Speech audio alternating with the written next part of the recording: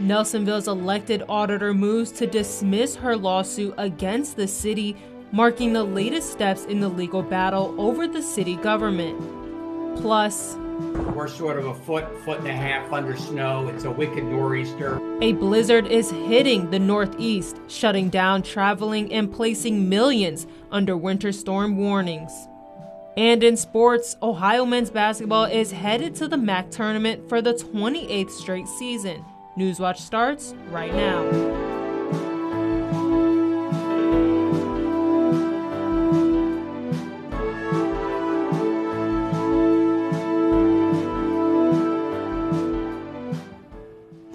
Good evening, I'm Serenity Prophet, and welcome to Newswatch.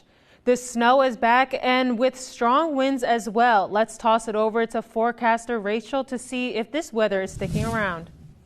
Thank you, Serenity. Happy Monday. Hope you all had a wonderful weekend, but we are starting off on the colder side to this week and with some snow as well, still coming in from the northwest to us. This is remnants of the nor'easter that's hitting the East Coast and Mid-Atlantic. We'll be diving into that later in the show, but right now we're still getting some snow flurries heading in our way. Not expected to light up in the next couple of hours, so just keep that in mind as you're heading along your commute for this evening. But right now we're staying around the higher 20s and even at 30 degrees, so not above freezing at all. We're noticing Lancaster's 28, Zanesville's 29, Athens is 30, so below freezing, and it really does feel like the teens right now. It's only going to get a little worse as we're heading into this evening, as our low is 21 today. Snow showers are possible throughout the evening, so just keep that in mind when you're going on your nighttime commutes. It's supposed to feel like the lower teens tonight, so make sure you are bundling up if you are going out, especially if you're in Jackson, Putnam, Ritchie, and Wirt County in West Virginia. They're currently under a winter weather advisory until 7 o'clock, but we'll touch more on that later on tonight. For now, we're going back to Serenity. Thanks, Rachel. Nelsonville's elected auditor challenging the authority of city government is dismissing her lawsuit. Just hours ago, Andrea Thompson Hashman filed a motion to dismiss her case as a similar one moves forward. Thomas Hashman's case concerns the city's rival governments, one formed under the city's charter and one under a ballot initiative establishing a new government with an elected mayor and council. The Charter Council repealed that ballot initiative back in August and tried to remove candidates running under the initiative from the November ballot. Thompson Hashman alleges the repeal was invalid, meaning the current Charter Council is also invalid. The similar case is making its way through the 4th District Court of Appeals. Thomas Hashman's lawyer says they dismissed her case to wait for the 4th District ruling. An Ohio State University professor facing an assault charge has pled not guilty in court today. Assistant Professor Luke Perez was placed on leave after an incident on February 9th when a cameraman and a political blogger was questioning former OSU President Gordon G. about billionaire Les Wexner and other topics. When the cameraman continued asking questions, Perez allegedly assaulted him. Perez pled not guilty in Franklin County Municipal Court to one count of assault and requested a jury trial. A judge also ruled that Perez is allowed on campus for employment purposes. The Ohio Nurses Association is urging Nationwide Children's Hospital to remove Les and Abigail Wexner's names from buildings, program titles, and other facilities. In a letter to Nationwide Children's Hospital CEO Timothy Robertson, Ohio Nurses Association President Rick Lucas said any individual publicly tied to the criminal work of Jeffrey Epstein and Ghislaine Maxwell should have their name removed. Leslie Wexner was named as co-conspirator in the FBI investigation into Jeffrey Epstein in 2019, but has not been charged with the crime. Abigail Wexner was not named as a co-conspirator and has not been charged with the crime. This winter has been an active one in Ohio, record snowfall, tornado warnings, and now an earthquake. The U.S. Geological Survey says a light earthquake occurred Sunday morning in western Ohio near Hillsborough. It had a magnitude of 2.5 with an intensity level of 4 on a scale of 1 to 10. The earthquake originated 4 miles beneath the surface. Earthquakes of this magnitude usually do not cause damage, and none have been reported so far. Sewer upgrades are coming to Morgan County after Ohio Department of Development awarded $7,500,000 in grant funding toward a major overhaul of local infrastructure. The grant is the final piece of funding for a $5 million project to replace aging gravity sewers and the Riverside Drive pump station by rainwater. The project is expected to underway this summer. President Trump is doubling down on his tariffs after being handed a rare defeat by the Supreme Court. Reed Binion has more. The whole thing is a farce. Democratic California Governor Gavin Newsom reacting to President Donald Trump's Saturday announcement that he's raising global tariffs to 15% from the 10% he imposed a day earlier. It was 10% 2 days ago, maybe 20% tomorrow. I mean, this is madness. The back-to-back tariff announcements came after the Supreme Court handed down a decision Friday, ruling the sweeping emergency tariffs Trump imposed last year are illegal. But the High Court's ruling only applies to the duties Trump imposed using one specific law. And the president immediately responded by saying he will now rely on other legal authorities to keep tariffs in place. Other alternatives will now be used to replace the ones that the court incorrectly rejected. The law Trump is relying on for his new 15% global tariffs requires that Congress approve the duties within 150 days for them to remain in effect. As for the tens of billions of dollars U.S. companies paid after Trump raised tariffs last year, Democrats are demanding the money be refunded. He needs to return that money, needs to refund that money with interest. He can do that in a nanosecond. They can do that electronically. They can do it electronically. They have the tariff codes. They have the ability. But Treasury Secretary Scott Bessent says it's not that simple.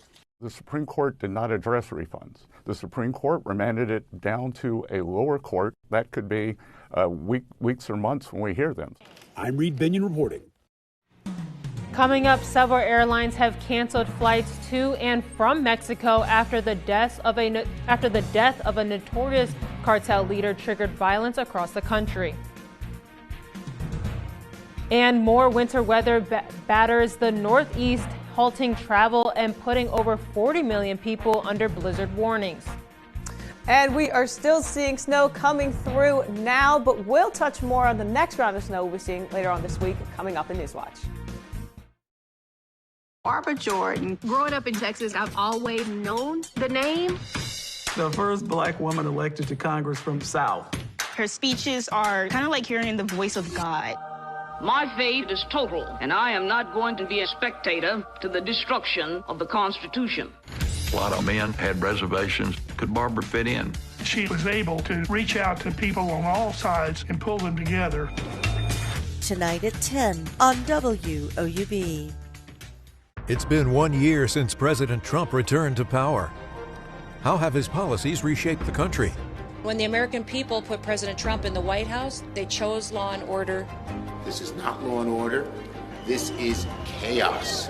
What are his plans for the economy, conflicts abroad, and the future of our democracy? Tuesday at 9 on WOUB.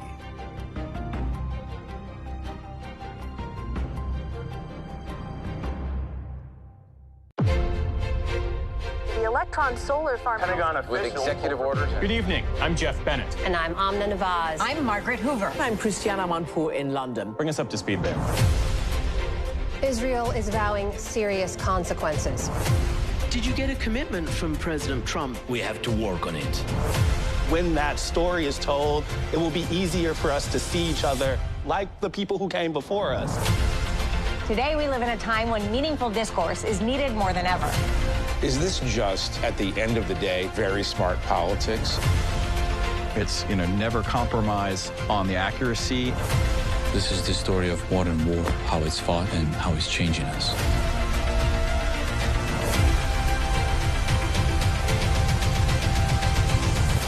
If this is the way we're going to start breaking the ice, then let's do it.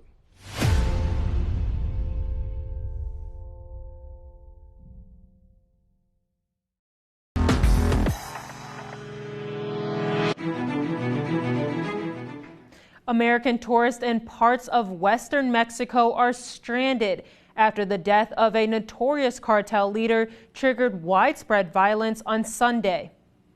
Several airlines suspended flights to cities like Puerto Vallarta and Guadalajara, and many routes won't resume until Wednesday. The unrest erupted after Mexican forces killed El Mancho, the country's most wanted cartel boss and head of the Jalisco New Generation cartel. U.S. officials say American intelligence supported the operation.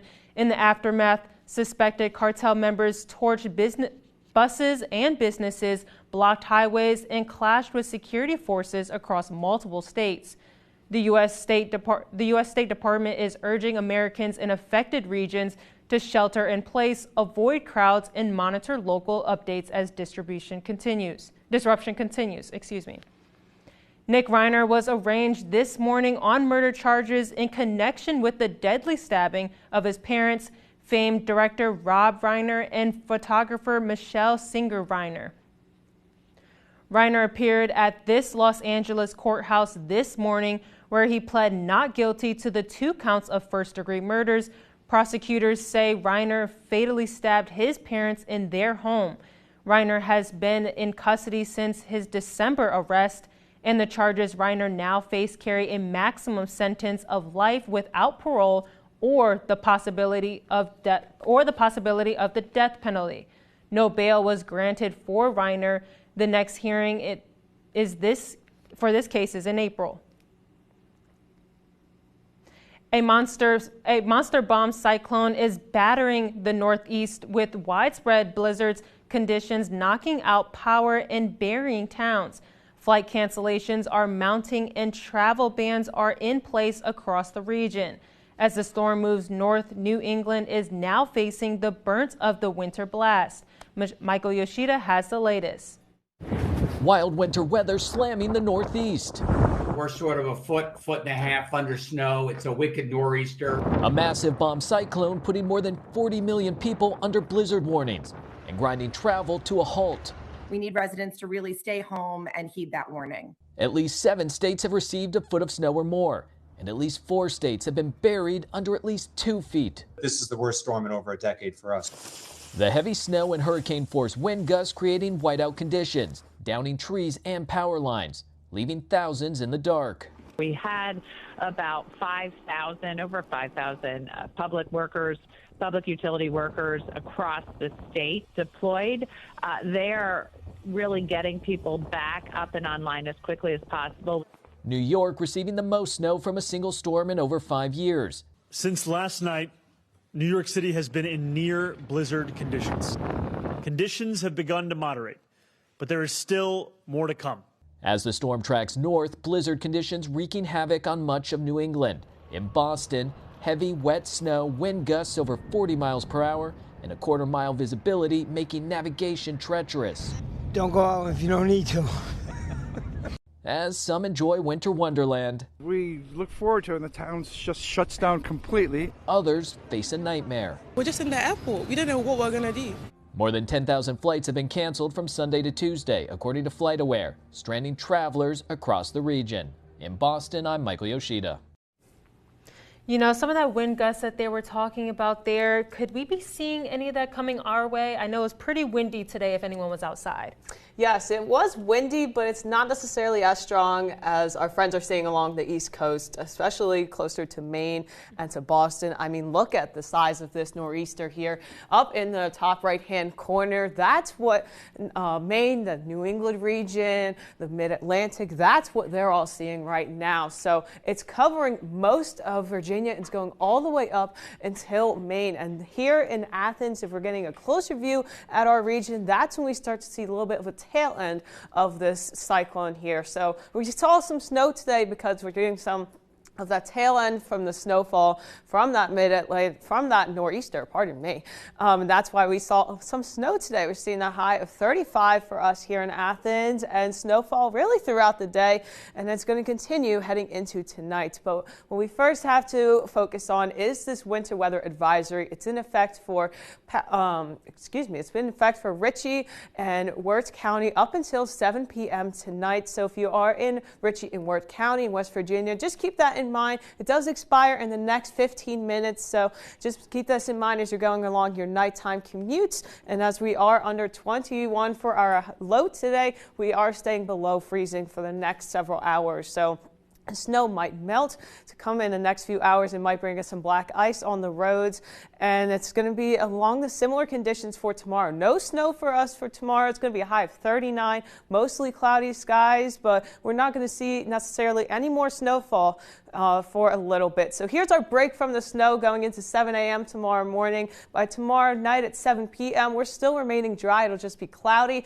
as we're heading into Tuesday night and Wednesday morning. That's where we start to notice a little bit is happening if we're looking closer to out west here. We're noticing a low's happening just up northwest past us. It's going to bring along some fronts heading our way, but most important front that we'll be seeing, which is going to be impacting us really Thursday morning, is this cold front here. So this is going to pass through Wednesday night into Thursday morning. It's going to have our temperatures dip heading into the middle of the week. So 39 for us for tomorrow here in Athens, and mostly cloudy skies. 51 for Wednesday, so a little bit of a warm up, but not necessarily going to stick around for much long as we're seeing a cold front passing through Wednesday night, giving us a high of 44 for Thursday.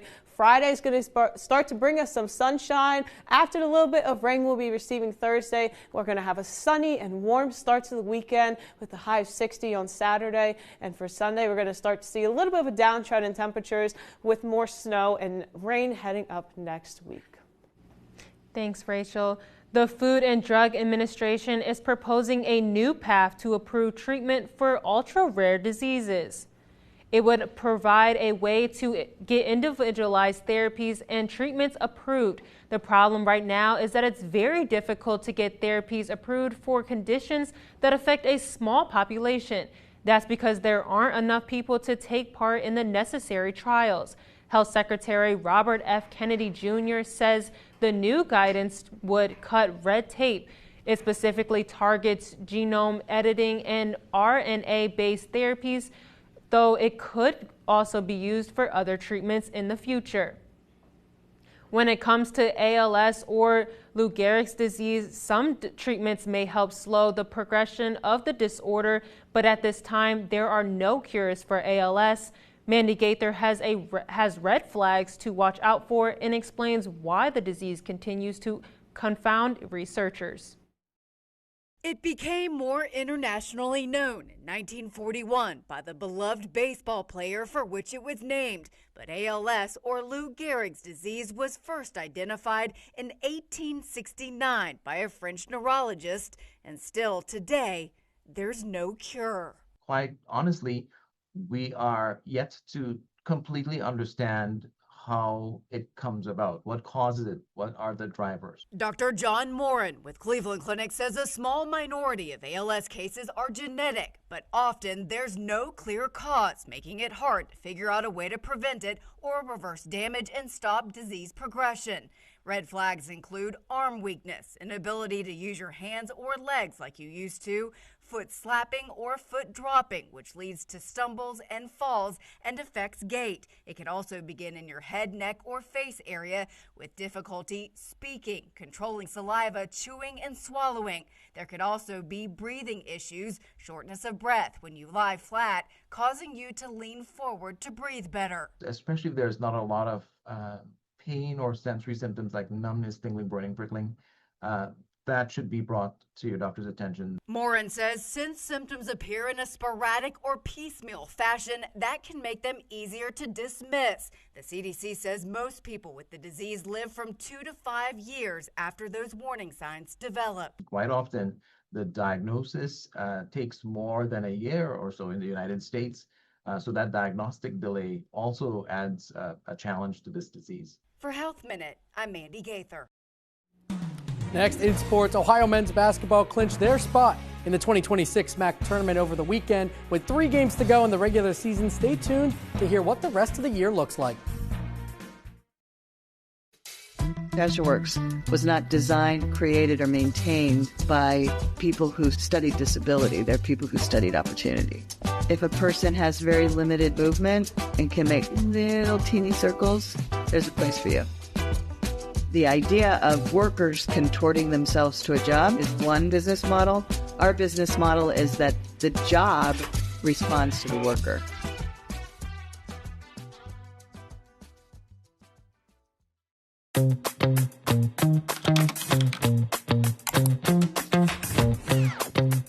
PBS viewers believe that businesses that sponsor PBS on WOUB Public Television have a commitment to quality and excellence. Sponsoring a PBS television program offers your business a unique opportunity to connect with a highly engaged, loyal, and trustful audience in a clutter-free environment, leading to increased brand awareness, positive perception, and potential for higher customer engagement. Your sponsorship is important to the community, and the rewards come back to you in the form of loyal customers. Align your organization with America's most trusted news and public affairs network. WOUB Public Television is worthy of your trust. Contact Corporate Support Director Kathy Malesic at 740-593-4909 or online at woub.org/support. Hiding right under our noses, there are secret worlds that come to life. Now, on this rapidly changing planet, discover how people are finding new ways to live alongside nature. That could help the next generation create real change. A shared planet is a better home for all of us.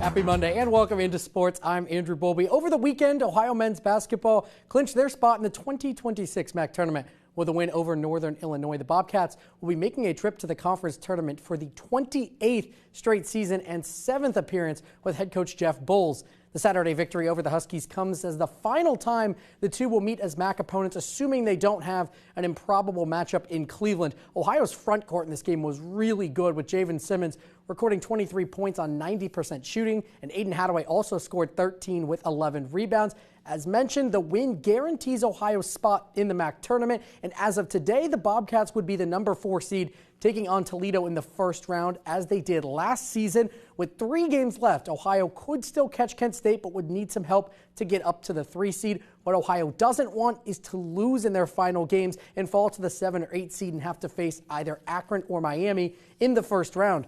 It was also announced today that the Bobcats' final regular season game for both the men and women against Miami will be nationally televised from the Convo. The men will face off with the Redhawks on March 6th at 9 p.m. on ESPN2, and then just under 24 hours later, the women will host the Battle of the Bricks at 6 p.m. on ESPNU. For the women this week, they will have a chance to clinch their spot in the MAC tournament on Wednesday night against Bowling Green. The Falcons currently sit at 8th in the MAC and are right on the cut line for the tournament. BG coming off of back-to-back wins last week, while Ohio will enter the game off a week of rest after falling to Akron 108-105 last Wednesday. It is a critical matchup as the Bobcats look to maintain their 5 seed in Cleveland. Currently, Ohio set to match up with Central Michigan, but the Bobcats could improve their seed with a few more wins down the stretch. Ohio baseball was swept in a 4-game series over the weekend, taking on Tennessee Tech in Cookeville. The Bobcats now start the season 1-6 following their first 2 road series of the year. Ohio was closest to winning in this series in the first Saturday game when they held a 2-1 lead through 4.5 innings, but the Golden Eagles went on to score in 4 straight innings taking that game. They ended up finishing off the series with a pair more wins. This week, Ohio faces West Virginia on Wednesday afternoon. Then they'll be at Bob Wren Stadium Friday and Saturday for the home opener against the Dayton Flyers. And finally, in sports tonight, the Olympics wrapped up yesterday with the U.S. men's hockey team winning their first Olympic gold medal since bringing home gold in Lake Placid in 1980. This year's gold medal game came 46 years after the Miracle on Ice.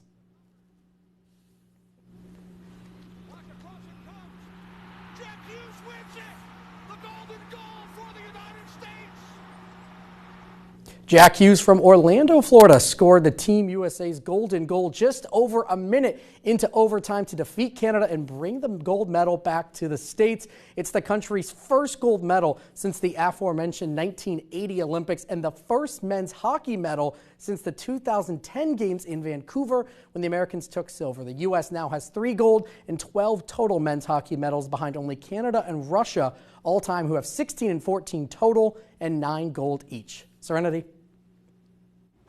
Still ahead, Dolly Parton fans can get a break from their 9 to 5 and take a special Dollywood-themed flight.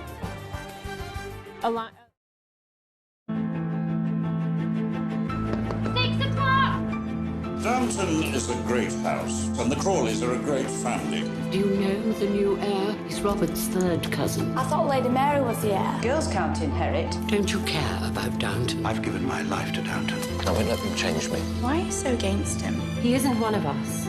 Welcome to Downton.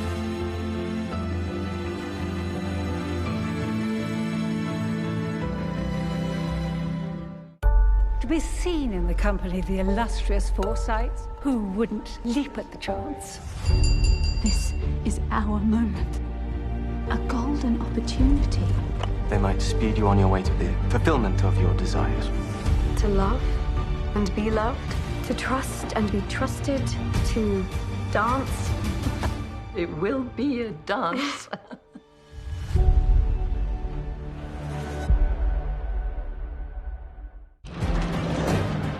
It is time.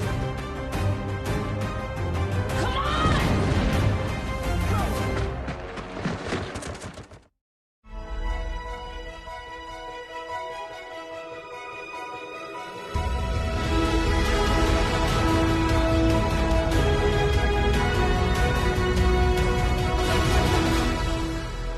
Thursday at 9 on WOUB.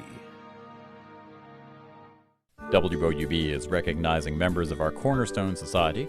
The Cornerstone Society is a group that wants to ensure the future of public media in our region. It includes people across our area who value news, entertainment, and cultural programming, as well as the educational services WOUB provides. Also included are graduates of Ohio University who took part in the WOUB Student Professional Development Program. Thanks to the Cornerstone Society for their generous support. To learn how you can be involved, email woub@woub.org.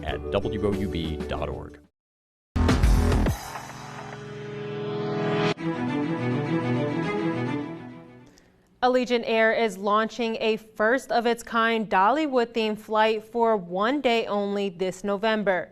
Travelers flying from Orlando to Knoxville will board specially numbered flight 925, which of course is a reference to Dolly's iconic song. The flight will include live entertainment, a trivia contest, and a themed food and drinks. Passengers who also buy tickets to Dollywood get discounts and access to special experiences the next day. The flight is scheduled to depart on November 6th.